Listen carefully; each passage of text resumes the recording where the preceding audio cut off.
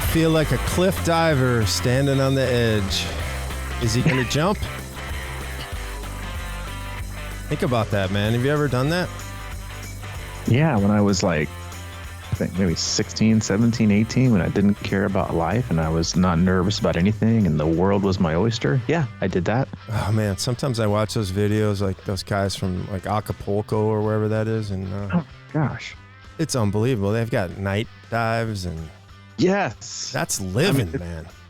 It is a whole different level of zen to be able to do that. I mean, here I am trying to get on a freaking airplane and they're, doing, 85 somersault, flip, turn dives in the air into like a unknown depth of water at nighttime with no lights. Yeah, it's unbelievable. It's unbelievable zen.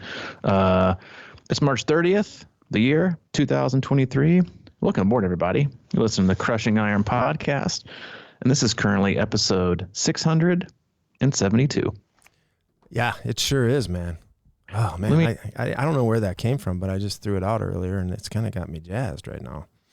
What does the cliff diving? Yeah, I mean, I remember watching. I got kind of consumed with those videos one time. I was like, man, that is making me shake.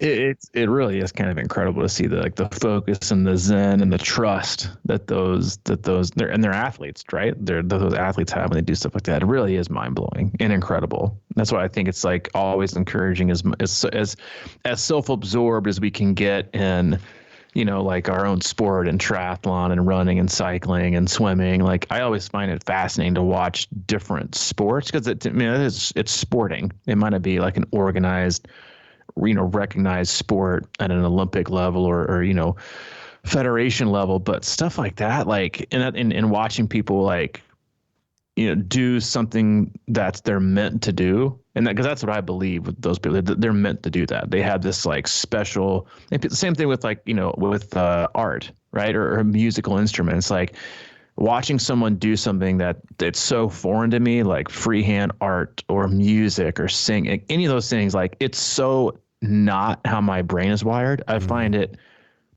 like I get like obsessed about watching because it's so interesting to watch someone's brain work a totally different way than what my brain is legit capable of working. So yeah, I agree. I find it incredibly fascinating. Well, they're following their, instincts and their dreams or passions or whatever you want to call them, and they're just going into it.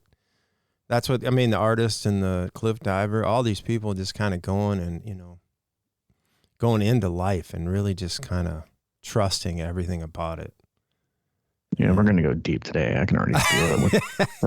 Like already smooth. Man. Kick back, kick your shoes off, shut the door, turn on the waves on your sound machine, and lay down on the couch that is the C26 Triathlon podcast. Now, if it's your first time tuning in, before we sit you down on the couch, welcome. We appreciate you giving us your time. We know you have quite a lot of options in the triathlon podcast universe and just podcasts in general. Time is very valuable, so we appreciate you tuning in today. We cover it all. We do swim, bike, and run specific podcasts. We do race recaps and also a lot of race previews. But for the most part, Mike and I, as coaches, athletes, best friends, we just sit back, relax, have an open, honest discussion about what we're going through in life, not just as human beings, but also as coaches and athletes ourselves.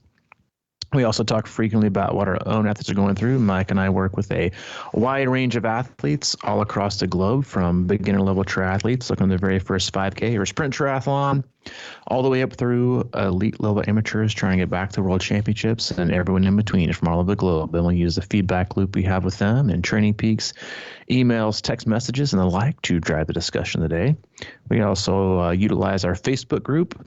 You can search that, Crushing Iron Group. Answer one simple question or let's right in. Awesome people, fantastic community, solid resource in a sport that's oftentimes confusing, overcomplicated, and a little anxiety driven for most people. It is a solid, confident, steady place to find great material and answers to all of your burning questions. So hop in there, be a part of the group, be a participating member of the community. We'll go in there and answer questions, do a little bit of a Q&A at least once a month, and do our best to answer the questions as we can. That's it, man. We don't do sponsors. We definitely don't do ads, but we do have an agenda, and that's to keep you happy and healthy in your endurance sports journey. Yeah, man. Can you imagine? I do this sometimes, listen to their podcasts. Can you imagine what it would feel like for us to do sponsors? Yeah, it's I can't. I can't wrap my brain around, how was your training session? It was great, but you know what? It wouldn't have been near as great if I wasn't able to do them with my trusty omega-3 fatty acids, brought to you by fishoil.com. They are the premium omega-3 fatty acid distributor in the country, and I personally use them with my training, and it has increased my performance by 15%. You don't have to use them, but if you want, here's a coupon code C26 Triathlon for 0% off, because we don't do ads. I've often thought it might be fun just to kind of do mock ads, just for, like make up our own and just start advertising other products that are out there that they have no idea that we're doing it, but just kind of make up our own version of their ad and see what happens. Yeah, we could make up a new product. Maybe we'll take that. If you got a new product line, you're trying to, a Kickstarter. Today's podcast is brought to you by, Aero Helmet Carbonite, the fastest aero helmet for all triathlons. It goes on sale tomorrow for $999. Is made of strictly carbon, see-through, prevents you from sweating, increases power by 40 watts, and is proven to be the fastest way to finish your Ironman. And just see how many people would search on the internet, or whatever it is. So it really is. It's. I'm glad we don't do that, and we'll stay that way. Yeah, and we'll throw in a C26 swim cap and new hoodie. We got the old classic hoodies in, dude. The classics. Gray and black are back, and we've got some long sleeves, some new old T-shirts. I mean, just the classics. We've kicked around ideas of different things and stuff like that, but it seems like, I don't know how to do this, man. I mean, we've got that self-employment tax.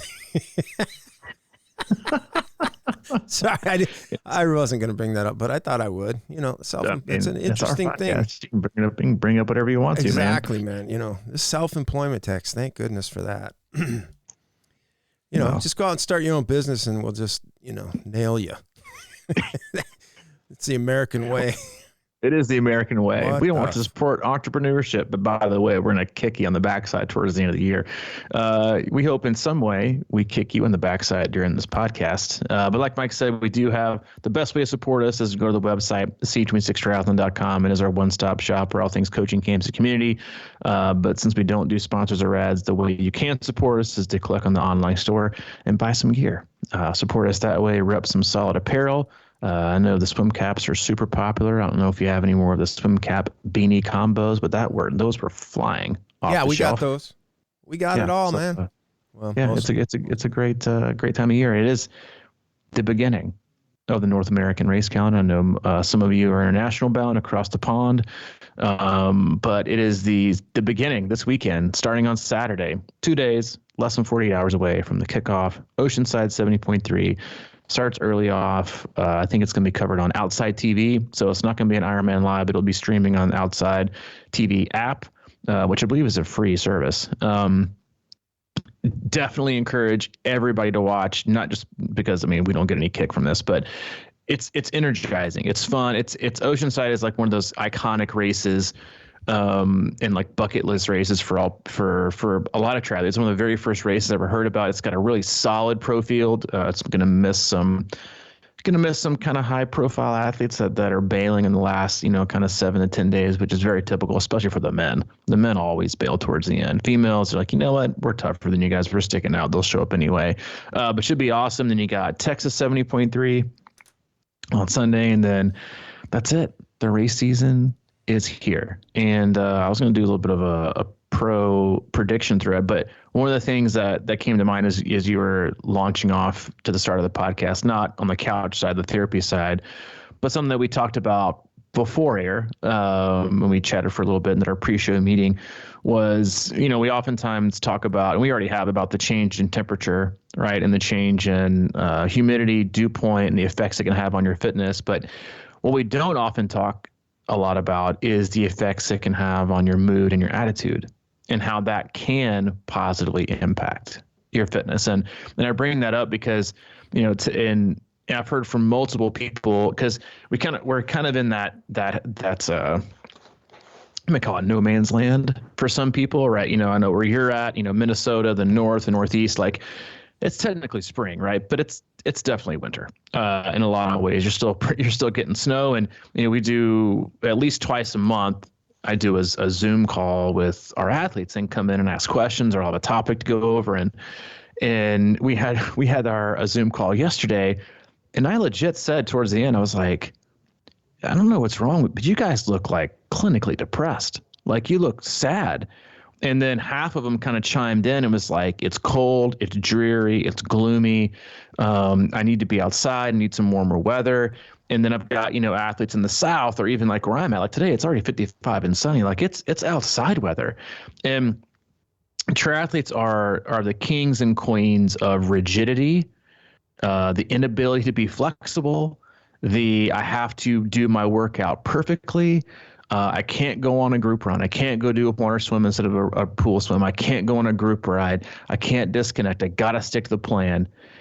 Right now, one of the most important things you can do is get outside and enjoy the day and have fun, right? Because most of you are still probably a good distance away from your big race here, but you've been cooped up, you've been trapped, you've been in hibernation mode, your body's probably starving for vitamin D. You're ready to be outside. You are ready to be around more people. You are ready to let kind of your energy flow and to do things and have fun with it. And the athletes that have gotten warmer weather, and they've all said, hey, sorry, I went a little bit of fast day, but I got so excited because it was warm today and I was actually able to run outside. Or, hey man, so I had a guy like ride at threshold for like an hour and 20 minutes. Last week he was like, sorry man, I got a little excited. I was outside. I actually got to be outside on my bike and it was amazing. I was like, dude, don't apologize. 1, it's time to update your threshold. 2, good for you, right? We need these reminders, right? As we get into the beginning of Q2, right? Q1 is over, right? As of, I think, like today or tomorrow. April 1st is here. The race season is here. People are going on spring break. People are getting outside. Racing is happening. Like, it's here. And whether you're coming from a very, very, very consistent state of training, right? You committed in November, December. You weren't treading water. You were making fitness gains. And since January 1st or whatever it was, you've been focused. You've been dialed in.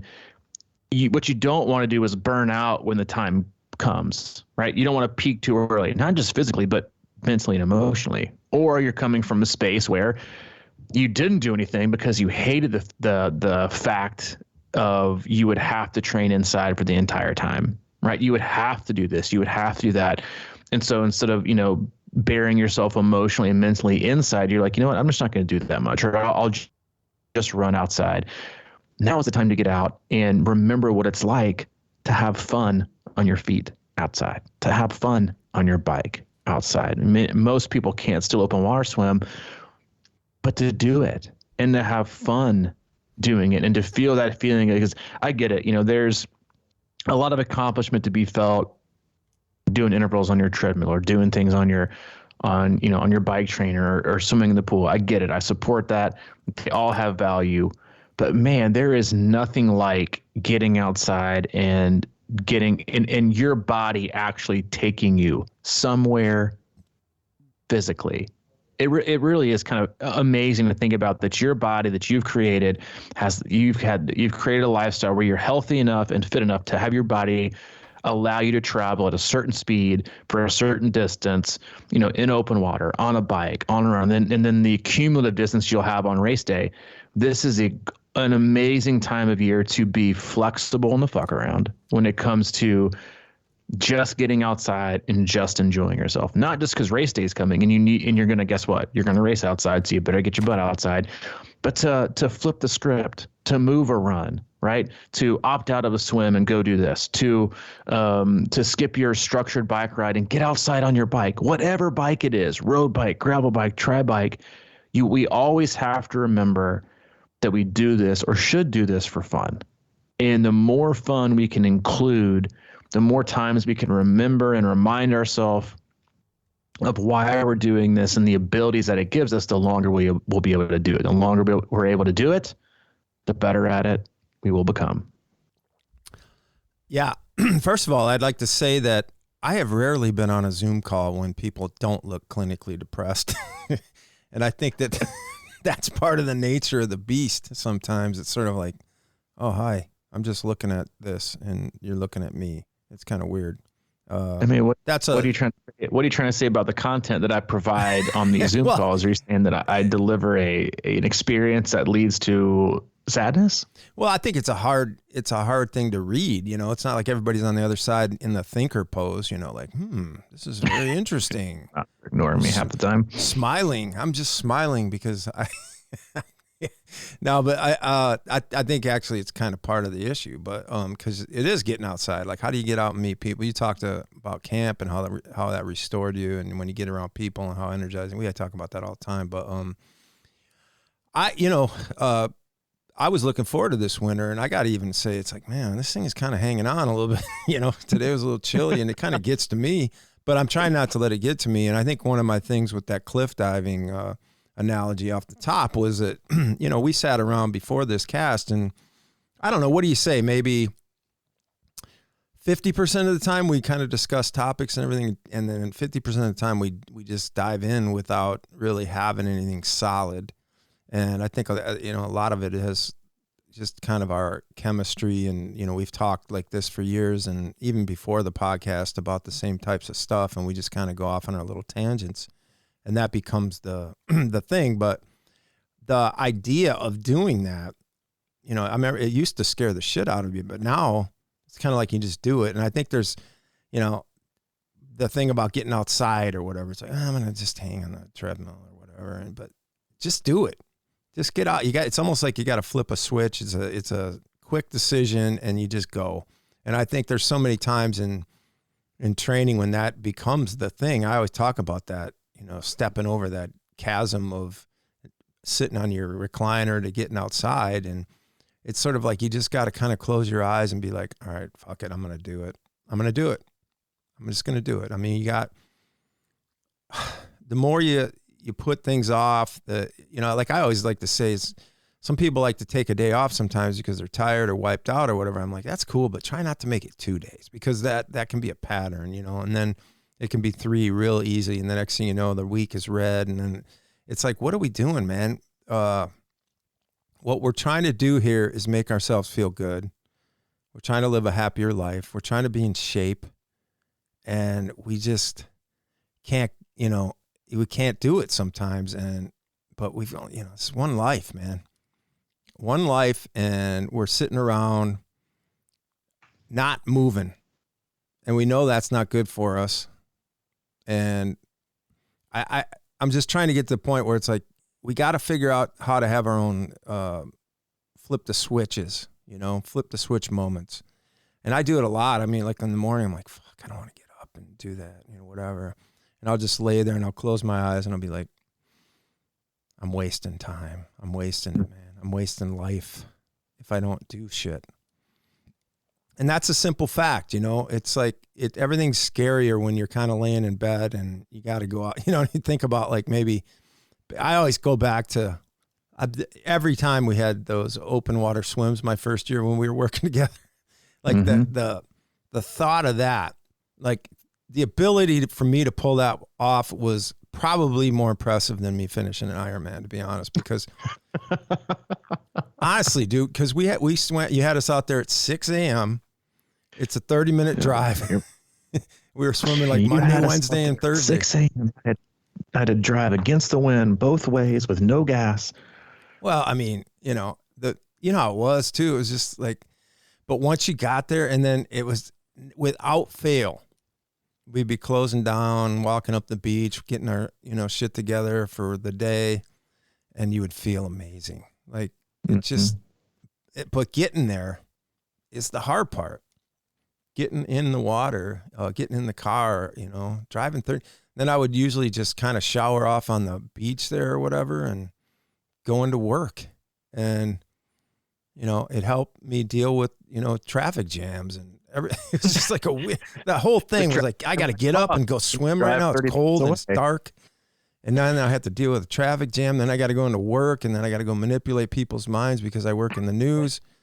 And then I got to lie to people. I got to put shit out on air. I mean, I was talking to you about this before, but it's very interesting to me. Is like, I recognized way, way, way back in the day that I worked in a media company. It was before social media.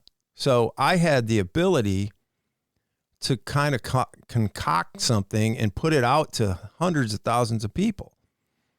And they had to watch it and they couldn't respond. It was really a weird position. And I tried not to even think about it, but I would say the majority of shit that comes out of that news business is just garbage. It's all like manufactured, kind of increase the intrigue level, low level lying. And I was talking to you about it, and I feel like a lot of people do that on social media now. It's sort of like make things look better than they really are, and then people look on there and like, damn, their life, it looks so much better. It makes you feel worse about yours. And I can see right through that shit.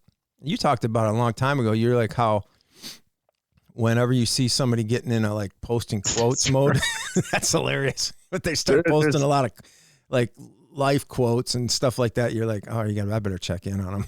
Yeah, for real. Because you know why? Because that used to be me. Yeah. Like back in the day, Well, I that's used the to thing. always check in on people, the more motivational quotes and how life is great and how you can conquer all things. I'm like, uh-oh, I'm worried. This person needs a hug. What they really need is a smile. And that's what, going back to like what you were saying about open water swims, is there was never a day, right? As hard, and this is honestly like, a lot about what we do at our camps too. Like, as hard and as challenging and as sometimes as daunting or scary as some of the stuff is that we're going to do, or you're waiting to do, or you just got done completing, right? Is there's always a smile, or there's always some laughter, no matter what. Mm-hmm. Always. There's always that layered in. And like, there's always a period of time, at least in my opinion. And again, like this is that, again, the time of year where you should like self-promote your own happiness. I mean, you should do it all the time, but right now, even more than ever, right? When people get outside, like, I don't know anybody that hops on their trainer and after 10 minutes is like smiling, like, man, this is incredible. Yeah. No, it does that, right? You get on your bike and you're cruising around and you're in the sunshine and you feel the wind, and you're like, this is awesome. Like, I just love being on my bike. And I've never heard anybody say, man, I really love being on my trainer and going nowhere in my basement in the darkness. It does it for me. I get it. It's safer. You can get a better workout in there occasionally, or for most time. I get it 100%. But what we don't do and what we do and what oftentimes we miss is, when we ask ourselves questions, and that's why, I think a lot of times athletes they like to nitpick or they like to ask permission to do things. And I'm always very quickly, unless it's like totally irresponsible, go for it. Right? You want athletes to feel autonomous, to be flexible, to own their own journey, to call audibles, to have fun. If you're going to dread doing something, then don't do it. Find an alternative way to do something similar that brings you joy. And it's not that hard, right? But most sessions you do should bring a smile to your face. I'm happy that I was able to do this. I loved being outside today. I'm proud of myself for that last rep or that last interval. Man, this is great that I can do this. Man, I'm in such a zone. Man, this felt good today. I got to watch the sun come up. I got to watch the sun go down. I rode with my buddies. I talked with a friend. I met this guy. Had an amazing story from this athlete. He emailed me about 2 or 3 weeks ago. Real quiet athlete, been together for 2 or 3 years, never met in person, but he said, hey, I just want to share a story with you. I'm not much of a, an explainer or a talker. And I got like 5 sentences, which is like 900 paragraphs in this person. And they shared a story about going to the pool and they walked on deck and all the pool lanes were full. And they were like, yeah, the old me would have just totally turned around and gone home. But I didn't. I sat there, I chatted with some people, and then this guy, towards the end wanted to strike up a conversation with me, and we talked for like 30 minutes, and it brought me joy. And he was like, I never would have been like this. I never would have had an approach to life like this if it hadn't been for being part of this team or being part of the podcast. That it's about the impact, not just for other people, but the impact on ourselves and the impact that impacting others has on ourselves, right? But we can't do that if we don't find joy. in what we do. And I oftentimes find that the rigidity of training and structure, it leads to more burnout than it does growth, right? It can stunt people's growth, and it removes and takes people out of the sport before they even get close to loving it. That's why, athletes will ask, hey, I've got a trainer session on today, but I really want to get outside on my bike. Is that cool? Go get the fuck outside. Don't text me. Go outside. Leave me alone. And I think a lot of times athletes think, well, that's not coaching, right? What about the intensity distribution? How does this work into the plan? What if I go zone 4 instead of zone 2? In these, you're probably rolling your eyes or you're laughing because you're like, your head nodding. I was like, that's totally me. Because doesn't matter very, very little. One workout does not, even 1 week and one workout doesn't make a difference. But bringing someone and allowing someone to have a fulfilling experience that, one, is good for them, right, as a coach, as their advocate, but 2, that they know is good for them and that they want. And when you empower an athlete to do that, 1, you show them that you're taking their side, right, and what they know is good for them. Because what they don't do is they're not asking you to go outside for their legs, for their fitness. They're asking you to do something different for their mind and for their body and for their soul. That's why they ask. I've never had an athlete in my 10+ years of coaching say, hey, coach, I really prefer to do this group ride today with these guys. I haven't been around in a while. Do you mind doing that? Because I really think it's going to bring up my my form and my CTL and training peaks, and that's really important to me. No one ever says that. You know what they say? I really want to connect. I've been doing so much shit alone. I really need this for them. I just want to connect. Yes, go. Bye. See you later. Don't care how hard you go. Don't care how easy you go. Do it for you and do it to have fun. And you want to know, and the most beneficial thing, and while you might not get a boost in fitness, right, from doing one workout, the emotional and mental boost you can get from one or multiple workouts with multiple people, that goes on for a while. It's the same reason people come back from the camps we put on, so energized and so pumped to continue on into trainings, because 1, you're around like-minded people who are positive, who are supportive, who are doing the same things that you're doing, but that you got outside and did something with people, with human beings. You had fun on your bike. You had fun in your run shoes. You had fun in the water.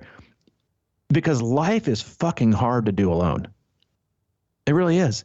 In every aspect of life, it is incredibly difficult to do alone, much less doing it alone in your basement with avatars. Great for a workout here and there, but great for life? No. We need to be outside, right? Not all the time, even once, twice a week, right? Or do your runs outside and bike inside. But some piece of you, some part of you has to have a connection. Yes, I understand how safer it is to ride inside. I understand how much safer it is to get. I get it, and 100% support. I do the same thing, right? Trainer rides inside, but also get outside. But it's the group and the mental piece that's supportive of yourself and your journey. And what happens is it keeps you in the sport long term when you don't feel pinned down, when you don't feel, rigid and stuck to a structure. So you and I both work with athletes that came from a different regime, right? And they're like, yeah, my coach never liked it if I did this or did that. I'm like, listen, man, like I don't give a shit. I want you to be happy. And if this makes you happier for longer, then we will accomplish more. If we accomplish more, then guess what? You'll be faster, right? And I think that's an important piece that every athlete should own, is that it's their own journey. Whether you have a coach or not, whether you have a training plan or not, it's yours. 100% yours. Everyone else is a bystander. Everyone else is a bystander. They can be supportive, they cannot be supportive, but it's your journey. It's no one else's. It's yours. And so it's your job to take ownership on how much fun do I want to have on this journey. Do I want to be strict? Do I want to be self-critical? Do I want to make sure I adhere to every percentage point at every intensity distribution, percentage, every minute of every second of every interval, because that's perfection to me. That sounds good for a little bit, but at some point it feels daunting to not have fun, to not do what I want to. And that's why When an athlete shows up at the pool and they say, "Hey, I just needed to swim today." No problem, man. No problem. You do you. Take care of you, because you saw that you needed something different mentally and emotionally. Because what happens is if you don't take care of that and you wake up the next day, then guess what?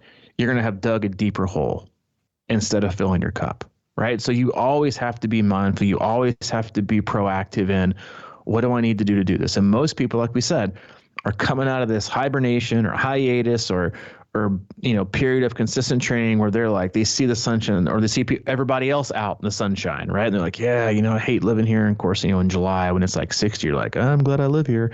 You got to be flexible and think long term, right? Don't think about, we get, like we said on Tuesday, right? People grossly overestimate what they can accomplish in a month, but also underestimate what they can accomplish in years.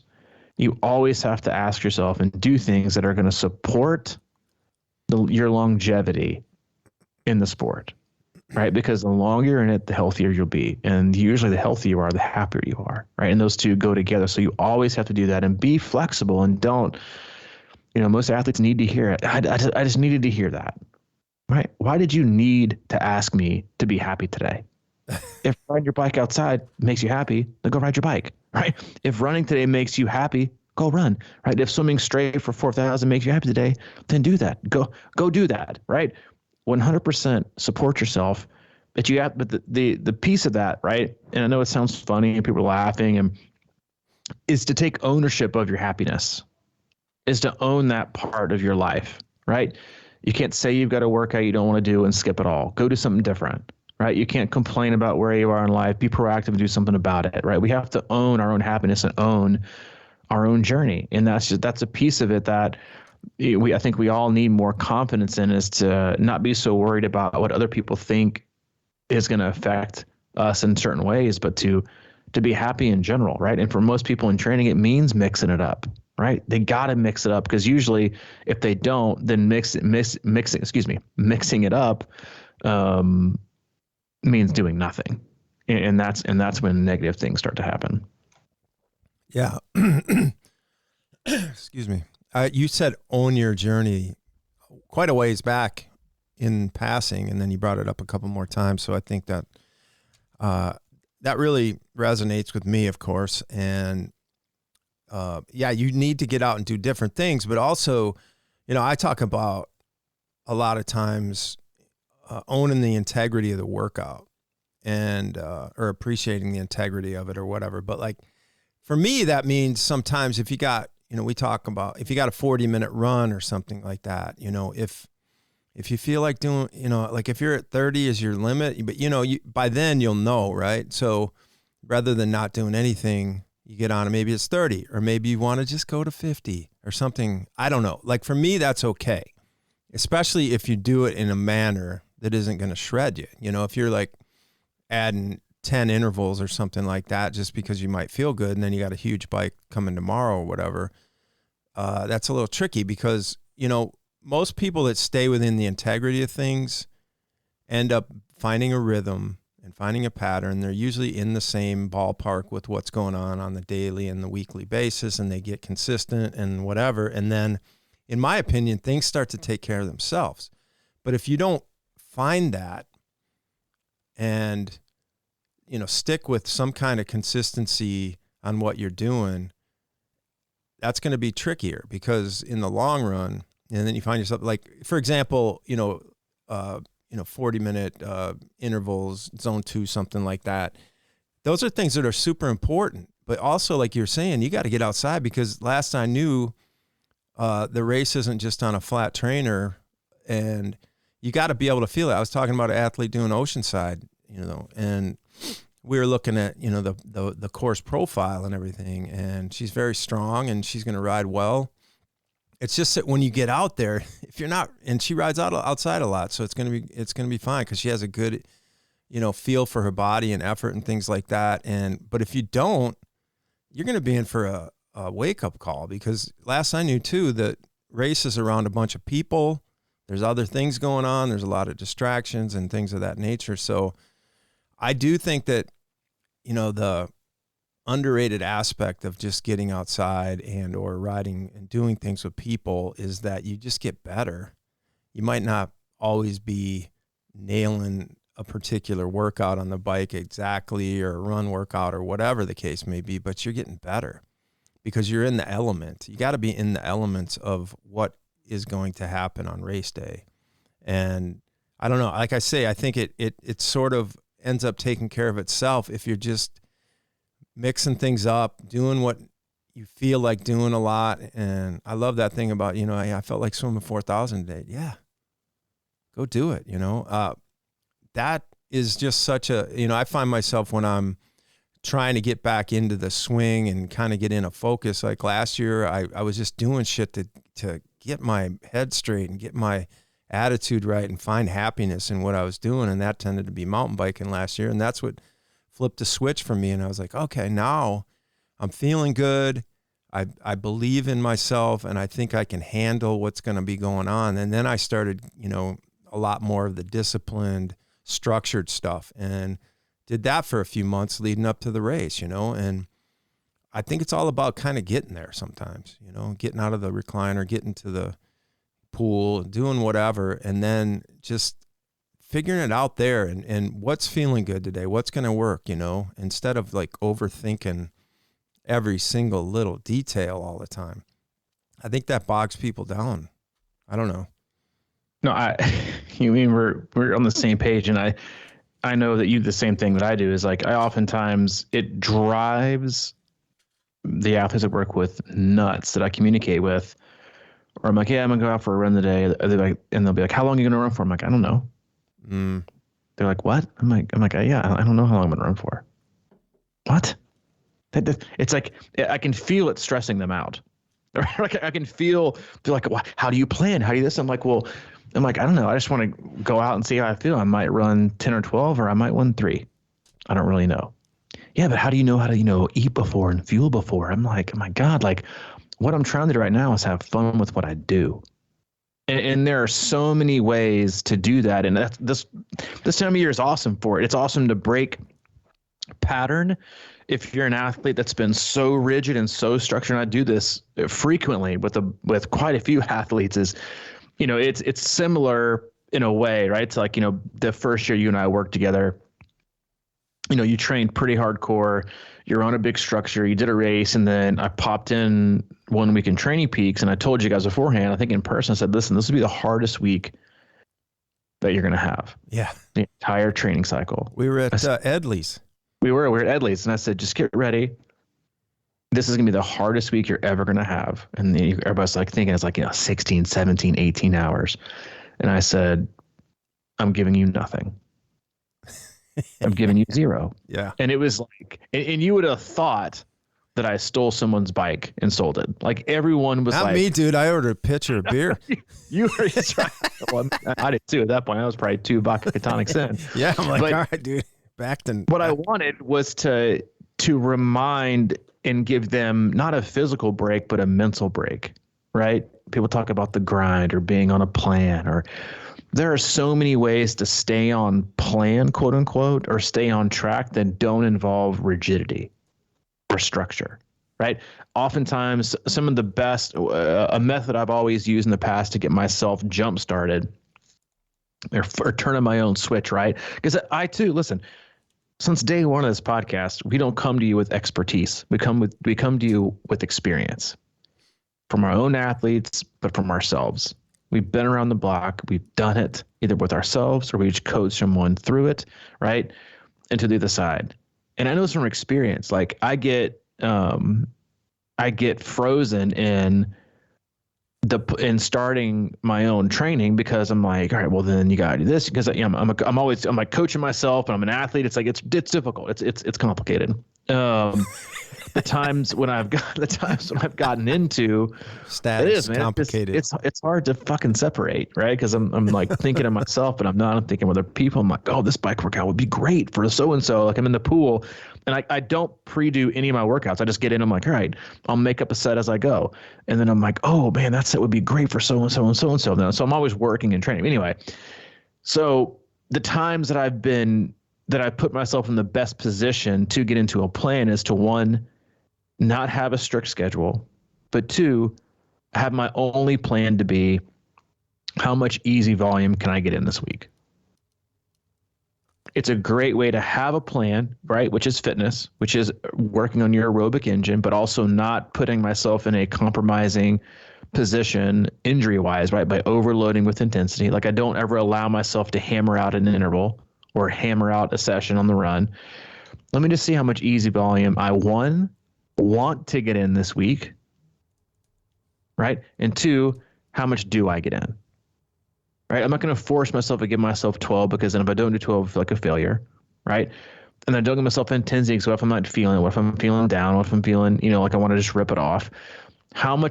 Let's see how much volume I can get in because it's my choice, right? And so you learn things about yourself as you do these while getting fitter, right?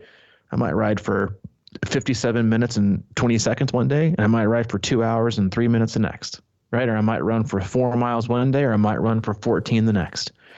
That's always been a great way for me to kind of own my own journey and jumpstart me into feeling good about maybe moving into a more structured plan of what I want to do, right? But I'm not starting it with restriction. I'm not starting it with a plan. I'm not starting it with being forced. I'm figuring out as I go. And I totally understand that's not for everyone, right? You might not know what to do. You might not have that motivation, but that alone should tell you something. Maybe I'm not ready for this much. I felt like we're in today. Good. We feel like doing tomorrow. I think I might ride. Go for it. Because what you're doing is you're figuring out your own momentum. You're figuring out how much energy you do have. And then you're putting all together and deciding what you want to do with it.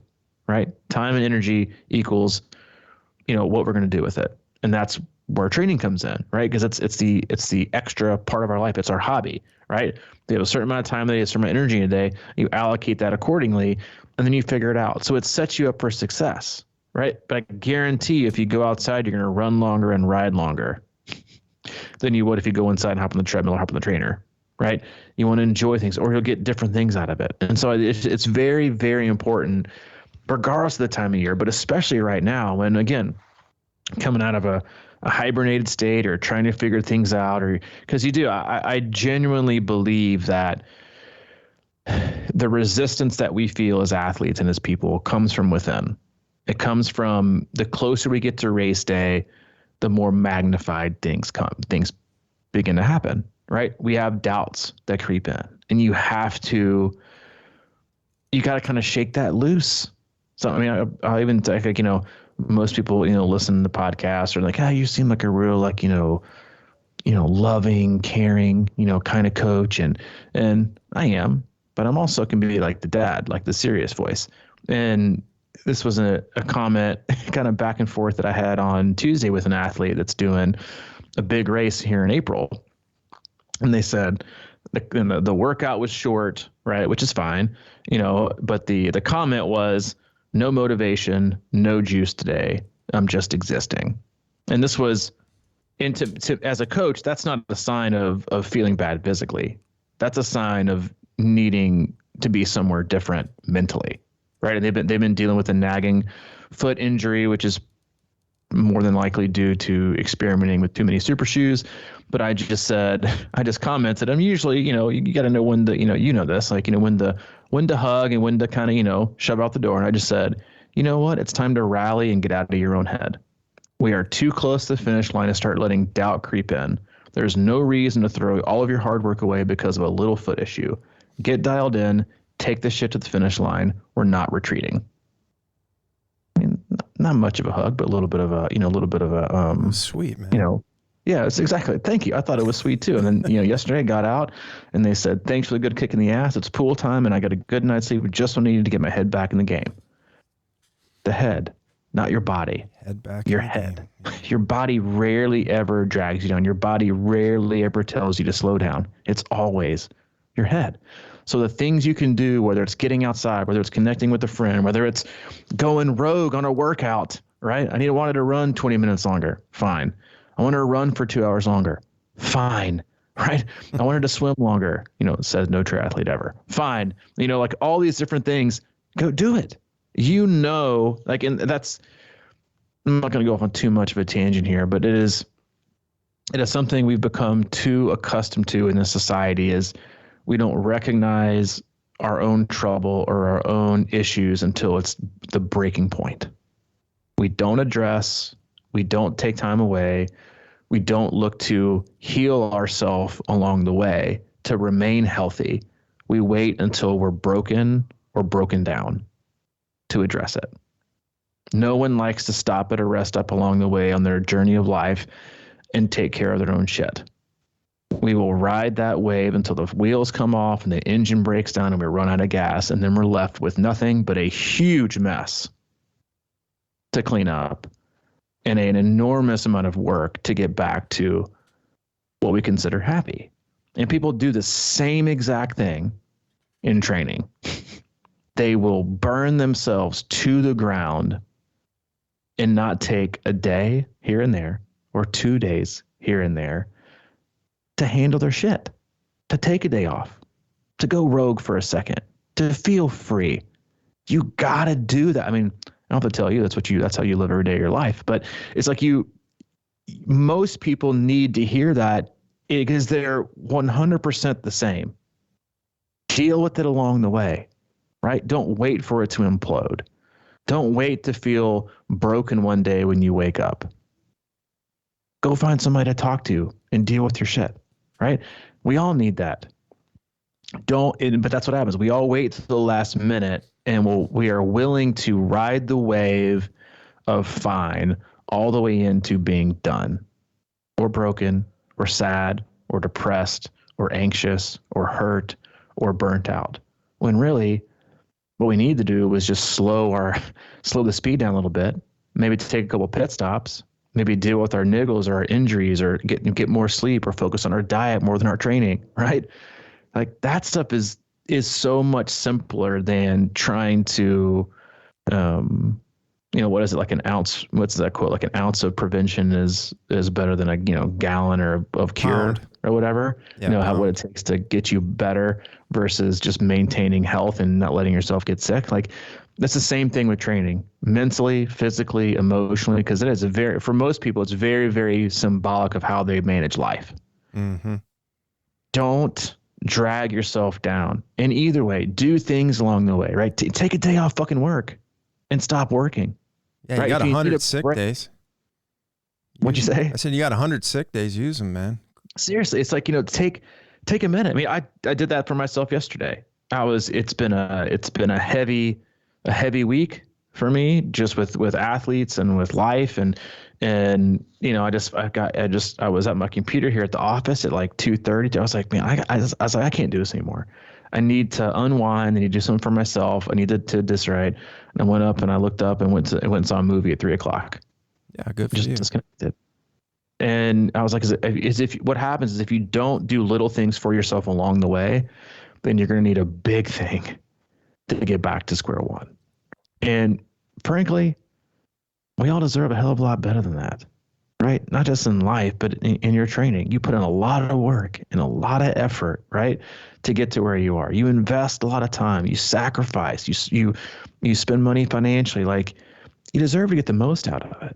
So choosing to take a day off or do something different, right? It's good for your soul. Do that at least every other week. I mean, it's encouraged.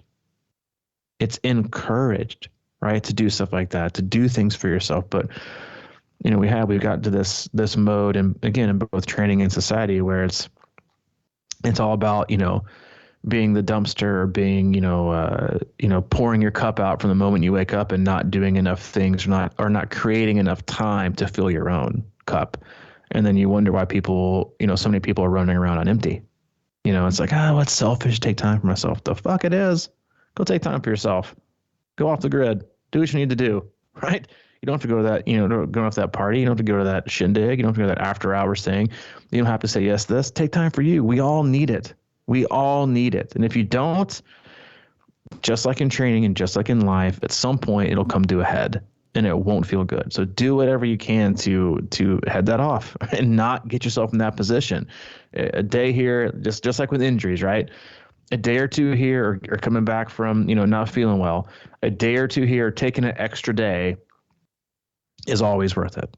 Never had an athlete finish a race that was injured before and be like, you know what? I really regret taking that extra day off, because I really think I would have taken some chunk. No, because most people come back too early. They don't wait long enough to get re-injured. So don't wait any longer to take care of yourself. Do it now. I love what you said a while ago. Jumpstart yourself into feeling good. To me, that resonates so hard, because you can. I was sort of talking about last year at Wisconsin and how the mountain biking did just that. It was just, and you also said, how much easy volume can I get in this week? People need that. We have to go about things like that. That can be, jumpstarting my way into feeling good about actually training to do Ironman, or that can be something this morning about how do I, oh shit, I got to get up and I got to get right in the pool and I got to go to work and deal with all this crap or whatever. But there's got to be, you got to, like a lot of times what I'll do, sometimes to prep me for my Training Peaks commenting is I'll just be like, okay, I got to psych up here and get through some of this. But a lot of times what I'll do, I have a little guilty pleasure watching old NBA players talking about like Kobe or Michael Jordan or Bird and what they were like playing. And I'll just watch that for like 10 minutes.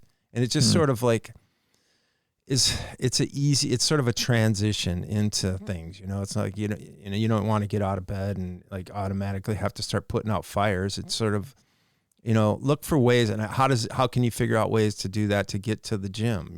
It's like, I don't know. For me, that jumpstart yourself into feeling good is a massive little trick or solution to make it ease in that transition a little bit. And I think we all need that, if that means a couple weeks of doing that to get in the mode for training, or a couple days or one day. Today's the day. I just want to go do this. And then, all right, then I'm back. And then I can kind of start dialing in a little bit more. But give yourself that time. I guess this is like giving you permission, right? You have permission to do what you want with your life. It's amazing that we have to be reminded of that, and we're all included. But and know the areas that you're more likely to have pitfalls with, hanging around with negative people, right? Staying out till 3 o'clock in the morning, eating like shit. Like, we all have these pitfalls that we know. And the more you can avoid them, the more positive space you'll be in, right? It's like, you brought up Kobe. I want to share a quick Kobe story because he's my boy.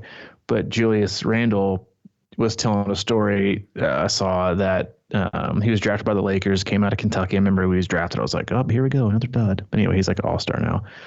But he said he was on the Lakers. This was back when Kobe was alive. And they were flying to a game that I think it was like in New York, New Jersey. It was his hometown. So they get in late at night. They just had a game the day before, or earlier that day, and they get in late at the night. And Kobe's like, "Hey, what you doing, man? And what you doing after this?" And he's like, "Oh, I'm gonna go get change." And he knew what he was gonna do. He's gonna go out with those boys, right? As the people from. And Kobe said, "No, you're not. We're going to the gym." And of course, I think he was a rookie, and he was like thinking in his head, like, "What? Going to the gym? Like, I want to get." But of course, he was Kobe, so he didn't say no. But he said he ended up going with him, and this, it was like a small, like, beat up high school gym. They went and they got in shots, and they worked out for like 2 hours. And back to the hotel, and he said, Kobe knew what I was going to go do. He knew the situation I was going to put myself in, and that it wasn't going to be ideal, and that it wasn't going to be, anything that was good for it coming. But so we chose to go to work instead. And then he said, years and years later, after Kobe passed away, he came back to that same gym, and the same high school coach opened up the gym for him. And he said, "Yeah," he said, "it's good to see you." He said, nobody's been back here in 5 or 6 years. He said, as a matter of fact, the last guy that's been in here was Kobe. Wow. And I just thought it was such a cool story. And regardless of what you think about Kobe, but it's like, we use triathlon as like our safe place, right? And a place to work, and a place to work through things, and a place to work through life. And I think it bears reminding everyone that if you burn yourself out, you lose that. your outlet, whether you have a therapist, whether you have people that you love, that you care for, and you've got friends you can be vulnerable with and open up with. Many of you use triathlon to deal with life. And life ain't easy sometimes. So when you get hurt or you rush back from injury or you get burnt out, you're choosing, right? You made a choice for the most part to fire the most important thing you got going on and how you deal with life on life's terms. So when you think about driving yourself into the ground or going too hard or running through pain, that might injure yourself, right? Think about that, about the opportunity and the ability you have. Because I legit think about that when I see people that are tremendously out of shape or overweight. I honestly, I think to myself, I wonder how you manage and think through life without having an outlet like being able to exercise, right? Not that they can't walk and do things, but I can't imagine not having the ability and the health to do things like that. And we take that for granted a lot. The longer you're in the sport, the more apt you are to take it for granted. Remember that, right? Remember when you don't want to do a workout, right? When you're feeling sorry for yourself or you're not motivated, but also remember it when you're driving yourself into the ground, right? That you do the best you can to keep this piece, right? The running, the swimming, the riding in your life as long as possible, not just for your physical health, but for your mental and emotional health as well. Love it. Love it. Yeah. Leave it. Love it. Wrap Leave it there. Yeah. That was some good stuff, man. Yeah. Next time you're in your swivel chair and you crumble up a sheet of paper, swivel around, aim for the wastebasket, shoot it in the air and go, Kobe. Because you all do. As always, we love you. We appreciate you. Go to our website, c26triathlon.com, and is our one-stop shop for all things coaching, camps, and community. If you need anything from Mike directly, he's available, CrushingIron@gmail.com. If you need anything from me specifically, c26coach@gmail.com. All right, go get yourself a hoodie. Kobe. MJ. They're both first teamers. I think it actually is an interesting parallel, or it sort of lines up for both of us. It kind of agreed. Defines everything. All right, we'll see you next week. All right, buddy. See you, man.